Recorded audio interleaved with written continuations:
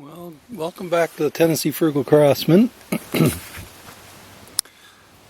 We are going to try to take down a couple more trees. This is a Monday.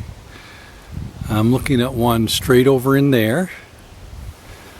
I may take another one of those up there, but let's get the first one on the ground.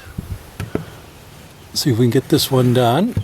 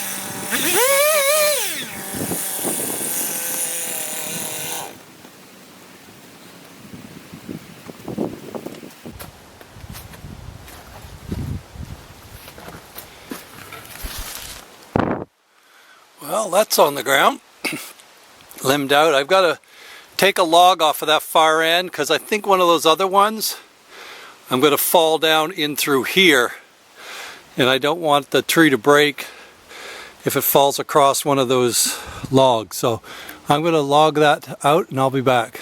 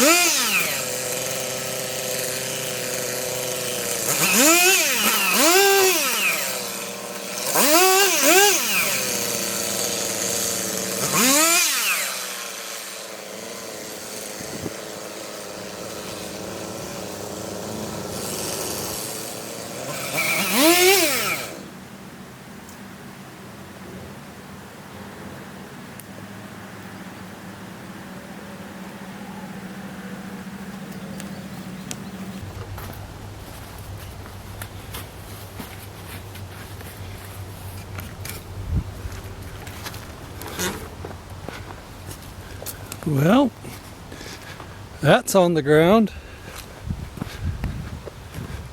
As you can see, it exploded, but I think I can use most everything here.